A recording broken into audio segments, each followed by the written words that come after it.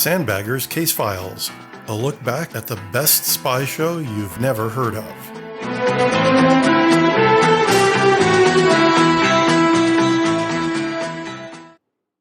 Sometimes you have to zig when everyone around you zags, as the Sandbaggers learn the hard way in today's episode, Unusual Approach.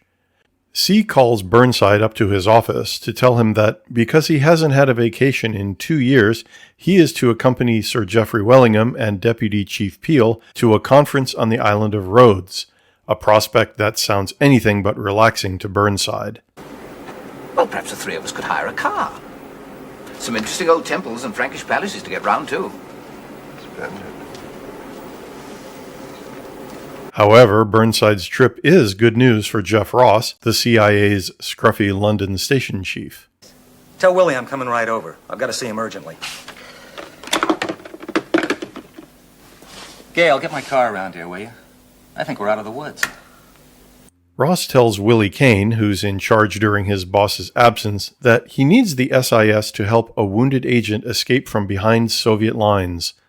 Kane is skeptical, but Ross tells him that the wounded agent, Bob Cheever, saved Burnside's life in Vietnam a few years ago. And to sweeten the deal, the CIA is prepared to offer SIS anything it wants in exchange. Kane takes the proposal to C for advice.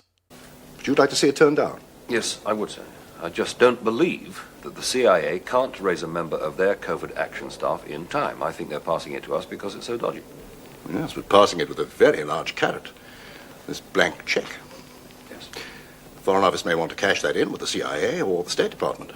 C orders Kane to proceed, but since Willie is acting director in Burnside's absence, Sandbagger Two Mike Wallace will have to be the one to make the trip. And it is going to be a hairy one, with no easy way in or out. After debating the various options, Kane suddenly has a brainstorm. Why not take the long way in, by plane and then by car, from the opposite direction that the Soviets are expecting? But for some reason, Willie's crazy plan really annoys Jeff Ross. Okay, Willie, what are you trying to prove? In what way? By being clever. You're not content with doing Burnside's job. Now you got to play the smart guy.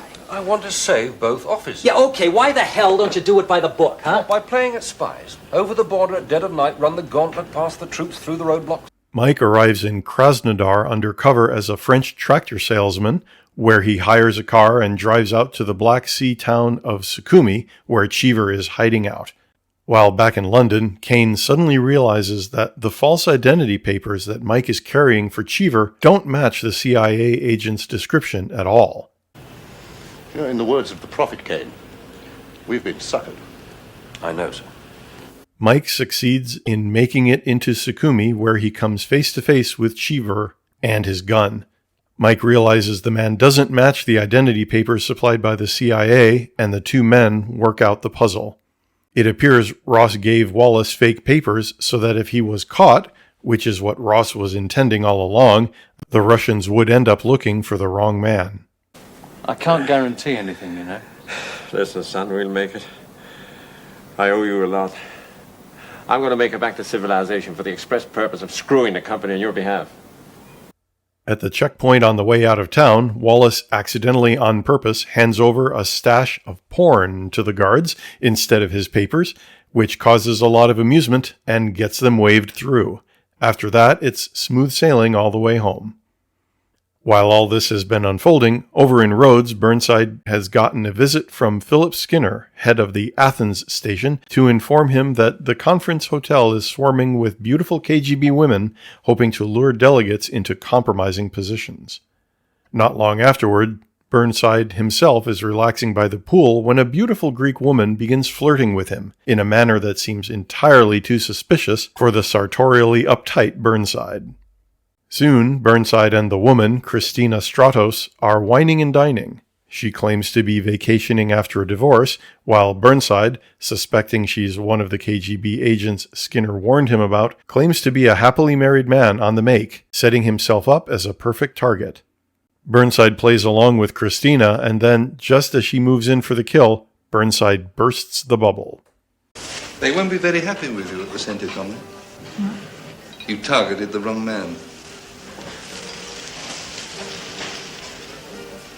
Only to find out later from Skinner, You know, of course, they had a go at me, don't you? Well, I'm surprised I got a chance. Sorry. Well, the way Christina was monopolising your time. Christina? Christina Stratos. Oh, come on, Neil. Who is she? Well, don't you know? Look, if I knew who Greek she... intelligence service. In light of Jeff Ross's duplicity, C agrees with Willie Kane that it's time to call Burnside home. I've been recalled to London. How did you fix that? I didn't. They want me to go back. Bad bit of timing. We fixed up a jolly good tour around the island this afternoon. Oh, I'm sorry. So am I.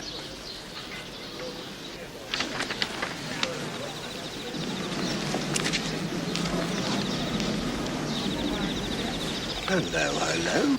I hope you haven't been trying to force your attentions on her. Matter of fact, she spent most of her time talking about you. About me? Seems she goes for older men. Wonder if she's her sister. Or a mother.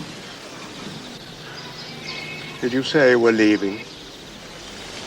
Right away.